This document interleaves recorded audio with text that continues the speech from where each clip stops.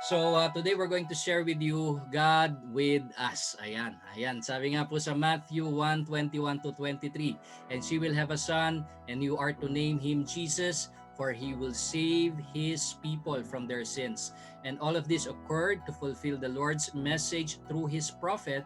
Look, the virgin will conceive a child, she will give birth to a son, and they will call him Emmanuel, which means God is with us. So what a powerful verse it is, no? Yung lalo na yung salitang Emmanuel, God is with us. And you know, during this time of the year, lagi po nating naririnig yung verse na yan, no? But the question is, do we really understand what it means? Pag sinabi pong Emmanuel, pag sinabi pong God it is with us. So for today, ito po yung magiging sentro ng ating ng aking i-share po ngayon, the power of God with us, no? So marami na pong nabago sa ating mundo, no? There people are becoming more uncertain as to what's going to happen in the next days, in the next months, in the next year. Dahil nga po, of course, with these things that are happening all around us, 2020 has been a challenging time for a lot of people. At yung pong mga uncertainties na yan, it creates fear, no, sa ating buhay. And when there is fear, the more that we become discouraged, no, the more that we become depressed. Kaya nga po maraming mga tao ngayon, ay narinig ko po kanina sa DZAS, no, ang pinag-uusapan po is depression, kasi especially daw po sa mga panahong ito, marami pong mga taong nadidepressed. But not for us who believe in the promises of God. We know that the name, no, Jesus. Ano po bang ibig sabihin ng salitang Jesus? Ang ibig sabihin po ng salitang Jesus is my Savior. God saves. Yan po ang ibig sabihin. At hindi lang po niya tayo ililigtas sa kamatayan, ililigtas niya rin po tayo sa bawat segundo, bawat oras, bawat araw ng ating buhay. And that's what it means. Jesus means God saves. Okay, God saves. And another name that was given to him was Emmanuel, meaning God is with us. So God saves, and at the same time, God is with us. At kapag sinabi po natin God is with us, yan po ang isa sa mga pinakamahalagang bagay na dapat po lagi nating inilalagay sa ating puso't isipan, na bawat minuto, bawat sandali ay kasama po natin ang ating Panginoon, anuman ang ating ginagawa. And when you have God with you, you also have the power of God because He's living in you. Okay? Now, so yan po ang ating pag-uusapan po ngayon. And you know, many times in the Bible, one of the most spoken words by God is, "Fear not, for I am always with you." Yan po yung lagi niyang sinasabi, no? Especially kapag meron po siyang misyon, meron po siyang mga prophets, mga tao na ginagamit, no, para ma-fulfill ang kanyang plano. At kapag po ang mga tao na ito ay pinangungunahan ng takot, ang una niya pong sinasambit at lagi niya pong sinasabi is, "Fear not, for I am always with you." Ako ay lagi-lagi mong kasama, kaya huwag kang matakot. And I believe this is the same message that He wants to share with you today. Huwag po kayong mag-alala sa mga darating na panahon, no? Ano man yung inyong kinakatakot sa inyong buhay, fear not, for I am always with you. And you know, all throughout the Bible, even in the Old Testament, no, sa buhay po ni Joshua, when Joshua took over the leadership, no, kay Moses, alam naman po natin si Moses, meron po siyang napakagandang track record. Nasa kanya ang Panginoon, 'di ba? Even kay Moses, nasa kanya ang Panginoon. And when Moses died, when Joshua took over the leadership after Moses, he was young and inexperienced. Kumbaga, in terms of eto si Moses, naandito pa lang siya. Sabi nga ni Moses, "Papunta ka pa lang, pabalik na ako." So in terms of leadership, no, hindi alam ni Joshua kung kakayanin niya ba ito. He was young and inexperienced, no? But the Lord said to him, "Have I not commanded you? Be strong and courageous. Do not be terrified.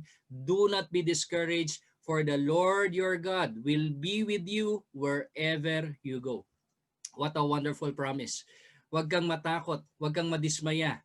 Dahil ako, ang Panginoon, ay laging makakasama mo, mananatili sa iyo saan ka man magpunta. And what a reassuring word, no, na kahit saan tayo magpunta, kahit anong gawin natin, ang Panginoon ay lagi nating kasama. At hindi lang niya kay Moses ginawa yan, hindi lang niya kay Joshua sinabi yan. God made the same promise to Noah, to Abraham, to Sarah, to Jacob, to Joseph, Moses, David, Mary, his disciples, to Paul, and the list goes on and on and on and on, no? So, and I believe this is true, no? Hanggang ngayon po. Now, ano po bang ibig sabihin? Kaya po itong mga tao na to, kapag inassure ng Panginoon ng kanyang presensya, naiintindihan po ito ng mga Hebrews, no? Naiintindihan po ito ng mga Jewish. So always remember this very powerful truth. God saves, yan po yung ibig sabihin ng Jesus, my salvation. God saves, and at the same time, He is with me always. He is Emmanuel. Lagi kanyang kasakasama para iligtas ka sa anumang pinagdaraanan mo sa iyong buhay. At yan po yung napakahalaga. Kaya po yung mga Jewish, no, naintindihan po nila yung ibig sabihin ng Emmanuel. Nung pinangako ng Panginoon ang kanyang presensya, God is with us. Naintindihan po ng mga Jewish yan. Kasi pag narinig po ng mga Hebrews yan, ng mga Jewish yan, no, the Jewish mind understands that when the Lord is with you, you become successful in every endeavor in your life. Even in the Chronicles, no, sa history po ng mga Jews, it records that whenever the Lord was with them in battle, the children of Israel were never defeated, and every military campaign ended in overwhelming success. So yan po yung nakakatuwa, no? Pag naalala po natin yung Battle of Jericho, nasa kanila ang Panginoon, ginagabayan sila ng Panginoon, nakikipaglaban para sa kanila ang Panginoon, ni hindi nga nila kailangang lumaban eh. All they have to do is to do a shout of praise. And when they did that shout of praise, all the walls came down and their enemies were defeated. Why? Because the Lord was with them. And even when they are outnumbered, yung mga Israelites, no, during the time ni Jehoshaphat, they were one army and they were confronted with three armies. Imagine niyo, tatlong dami nung dami nila. Even when they were outnumbered, because the Lord was with them, they still got that victory. And even in that story, no, nakakatawa po doon, 3 days they collected the spoils of the war. Yung blessings ng Panginoon. Within 3 days po nila nakolekta, ganun kadami. No? So nakakatuwa po that, you know, when the Lord is with you, you will have success in every endeavor in your life. And that's what I believe, no? Kapag po tayo sinabihan ng Panginoon, God is with you, God is with me, ibig sabihin po nun, yung kanyang presensya ay mananatili sa ating buhay. Okay? So, yan po yung nakakatuwa, no? And there was never a moment in your life that God is not there with you. Minsan kasi iniisip natin, di ba, yung katulad ng kanta, natutulog ba ang Diyos? Kasi may mga nangyayari sa iyong buhay. Was there a moment na wala ang Panginoon sa tabi mo? The answer there is no. There was never a moment in your life that God is not there with you.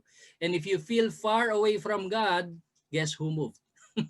Sino po kaya ang lumayo? Sino po kaya ang gumalaw?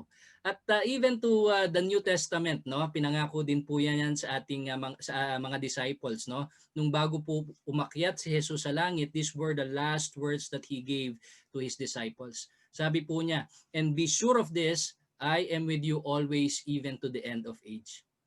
Be sure of this. Ako ay laging mananatili sa inyo hanggang sa kaduluduluhan ng mundo. Imagine that. Be sure of this. Yun ang sinigurado ng Panginoon, at kapag sinabi ng Panginoon yan po ay kanyang pangako na lagi niyang tinutupad. So have that assurance that in everything that you do, every moment of your life, hindi ka nag-iisa. Lagi kang may kasama, lagi kang may katuwang. Miski sa mga problema, kasama mo siya. Okay? So dapat po lagi nating alalahanin yan. Now, even knowing this, no, sinasabi mo sa sarili mo, bakit kaya ganon? Na miski alam ko na kasama ko ang Panginoon, why is it that there seems to be no power in your life? Bakit parang hindi mo siya nararamdaman? Well, knowing is one thing, but living with the consciousness of God's presence is another thing. You know, God is a gentleman. Hindi kanya po pwersahin sa ayaw mong gawin. Di ba? Ibinigyan niya po tayo ng free will. And if we don't allow Him, if we don't acknowledge His presence, left to ourselves, tayo po ang gagawa ng paraan palagi. No? Kaya ang kailangan po natin is the manifestation of His presence in everything we do. The acknowledgement na, Lord, thank you for your presence. Thank you na naandito ka. Thank you for the wisdom that you will give. It's by acknowledging Him that He starts to work wonders in your life. Because there is power in God's presence. There is power in God's presence. Kapag kasama mo ang Panginoon, nako, na wala kang bagay na hindi magagawa. No? Sabi nga, nothing is impossible with God. Okay? You see, the key to enjoying God's presence is by depending on Him to save you and provide you with all that you need at any time. Kahit ano po, na gusto kanyang tulungan sa kahit anong bagay, maliit man yan o malaki. Kaya lang ang problema, sometimes we are too much preoccupied with ourselves. Minsan iniisip natin, kaya ko to, ako na lang gagawa, ako na lang, ako na lang. So yung self-consciousness and self-righteousness ay nakakapaghinder, no, para po tayo ay matulungan ng Panginoon sa anumang ating ginagawa, no. So it's taking away our self-consciousness and self-righteousness, and instead trusting in God to guide you and carry out his wonderful plan for you. So the way that we can tap into God's power is by tapping into his presence, no, acknowledging his presence. And this is true, no, sa buhay po ni Moses. When God was with Moses, imagine yung mga ginawa niya kay Moses sa Israelites, no, ginabayan po sila through the pillar of cloud, through the pillar of fire while they were in the wilderness. Hindi nila alam kung saan sila pupunta, but the Lord was there to guide them. And even in their lack, no, nung panahon na sila po ay nagugutom, God provided for them the manna, the quail. 'Di ba? So talagang patuloy po yung biyaya, binubuhos ng Panginoon ang kanyang pagpapala sa kanyang mga anak, no? And even the time that sila po ay nanganib ang kanilang buhay dahil hinahabol po sila ng mga Egyptians, papatayin po sila ng mga Egyptians, and yet the Lord provided them a way by parting the Red Sea. You know, the presence of God gives you all the things that you need. At hindi lang po yan kay Moses, no? Pati po kay David, di ba? Si David, kilala po natin yan habang nagpapastol siya. He is singing psalms, singing hymns. So this is another way to acknowledge the presence of God through worship and praise. Every time we sing psalms, we sing hymns, we sing worship songs, it's acknowledging the presence of God. And even in the Bible, sabi nga po, when you sing psalms, when you sing hymns, the Holy Spirit is filling you up. You are filled with the Holy Spirit. And that's the reason why, nung nakaharap na po ni David ang mighty Goliath, nako, talaga naman pong ramdam na ramdam niya yung presensya ng Panginoon, and that gave him the confidence to conquer the giant. Di ba sabi ni David, I come to you in the name of the Lord. And that's what allowed David to conquer the giant. And the same is true in your life, no? When you acknowledge his presence, you will be able to conquer the giants. Ano man po yung ating mga pinagdadaanan, wala po tayong bagay na hindi kayang lampasan, especially when you have God on your side. And even si Jesus, nung naandito po siya, no, in the midst of the storm, and remember, this boat was about to sink because of that storm, because of that chaos. And when Jesus was there, yung presence ng Panginoon, sabi niya, be still, peace, be still. And there was peace all around, there was stillness all around, and they were delivered from that misery, from that tragedy. And even in their lack, no, even in times na nagkukulang po yung kanilang mga resources, in the presence of God, God can multiply whatever you have in your hands. Like feeding the 5,000. Imagine 2 fishes and 5 barley loaves. No, imagine that. He was able to feed the 5,000. You see, in the presence of God, lahat po ng ating pangangailangan ay kanyang pinoprovide sa ating buhay. So I hope that you acknowledge it, no? Because God's presence always provides, it always supplies, it protects, it delivers, it gives healing, it gives peace, it gives victory. The question is, are we acknowledging the presence of God every moment of our life? Okay, so moving forward, no, sa 2021, as we end also this 2020, I believe that's one of the powerful things that you can have in your mind, in your heart, the presence of God in your life. Wherever you are, whatever you do, acknowledge God and His presence. So yan po yung pamamaraan para ma-practice po natin yung consciousness, awareness ng presensya ng Panginoon sa ating buhay. Know that in every situation you are in, He is there with you. Say, God is with me. Whenever you have a challenge, God is with me. Whenever you are when you receive a blessing, thank you, Lord, for you are here with me. So in all things, say, God is with me. And you know the confidence that you will develop, no, matatanggal po yung fear na yan. This is how we tap into God's power. When you recognize and acknowledge the presence of God, you open up the door to the Spirit of God flowing through your life. So practice the presence of God in everything that you do. Involve Him always. And dito na po tayo magtatapos, no? Because God has promised you His constant presence. Pinangako niya po yan. Just like what he said, no, in Hebrews 13:5-6. This is in the amplified version, by the way. Sabi niya, let your character or moral disposition, okay, be free from love of money, including greed, avarice, lust, and craving for earthly possessions, and be satisfied with your present circumstances and with what you have. So this verse is all about covetousness, no? Ibig sabihin po, pinapahalagahan na natin ang ibang bagay higit sa ating Panginoon. Kaya nga po sabi dito, be free from the love of money. Because sometimes in this challenging world, instead of seeking God, we chase other things. At nagkakamali po tayo ng direction doon. Seek ye first the kingdom of God and His righteousness, and all these things will be added unto you. Sabi ng Panginoon, wag mong habulin yung mga material na bagay na yan. Sapagkat when you find me, when you have me, you have everything.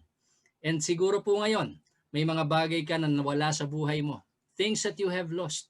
And you felt like you have lost everything in your life. Well, guess what? When you have God on your side, you have everything. God is all you need because God is the source of all things.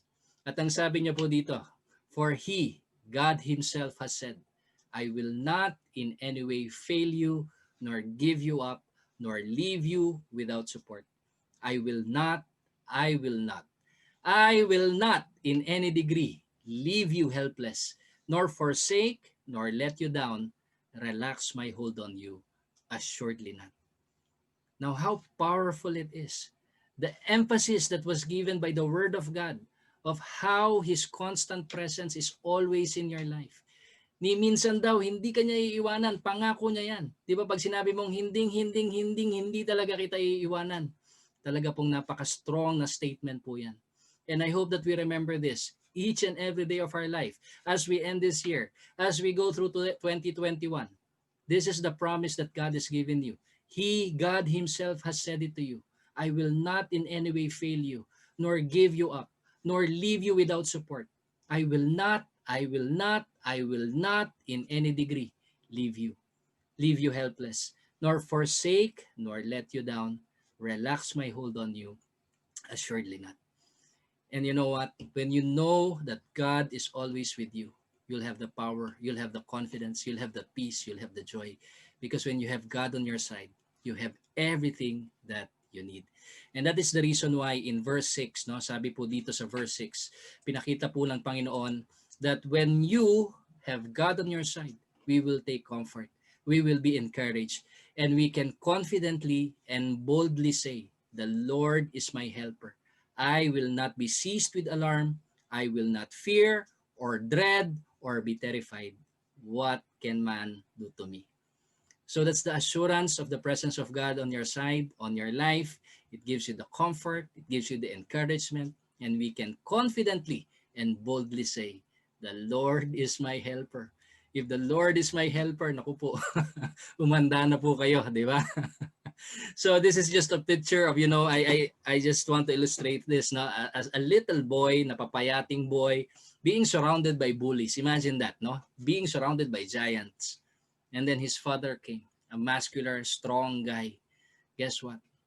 How would you feel when you are that little boy? Even if there are bullies all around you, when you have the powerful father on your side, you will not fear. What can man do to me? And I hope that it sticks in your heart, no? The presence of God is with you always. He will never ever leave you nor forsake you. Every moment of our life, just declare it. God is with me. God is with me. When you wake up in the morning, God is with me. When you're losing strength, God is with me. When you're feeling sick, God is with me. And that God is with me, that Emmanuel, the presence of God, when you are conscious of His presence every day, you will experience the peace, the joy, and the power that nothing in this world can offer. When you become conscious of God's presence in your life, worries and fears will have no place in your mind. You will see Him prospering you in what you say and do. Same is true with what He did with Joseph. Joseph came to Egypt with nothing, no contacts, no family, no friends, hindi pa niya alam yung language, nothing. Wala siyang experience, wala siyang background about that place. But the Bible said, the Lord was with Joseph. And that's all he need, the presence of God. And God promoted him from one place to another until he became the second most powerful person in Egypt. All he need, all he needed was the Lord's presence in his life. And it says there, the Lord was with Joseph and he was a successful man. Even at the beginning of his challenges, yun na po kaagad ang declaration ng Panginoon sa kanya. He was a successful man. And that's true to us even today. When God is with you, He will prosper He will prosper you in everything that you do. Okay? So I hope that's the message that as we of course celebrate this season, that's how powerful the coming of the Lord Jesus Christ did for us. Emmanuel, God with us. He is with you. He is right there with you at this moment. So let's just thank Him for all the goodness that He has done in our life. We thank you, Lord, for your faithfulness sa aming buhay. Thank you, Lord, for this 2020. Thank you, Lord God, that amidst all of the things that are happening around us, you were there for us. You never left us nor forsaken us, Lord God. Thank you, Lord God, that you always protected us, always providing all of what we need. Thank you, Lord, even for the people around us, for you also use them to show how you love us, O Lord God. Thank you, Lord God, for even in our business, Lord God, that you have prospered the works of our hands. And thank you, Lord God, that even today, we hope and we pray, Lord, that all of your God's best for us, we will enjoy, we will experience because you are with us. You are our Emmanuel. God is with us. Thank you, Lord God. And this we pray in Jesus' name. Amen and amen.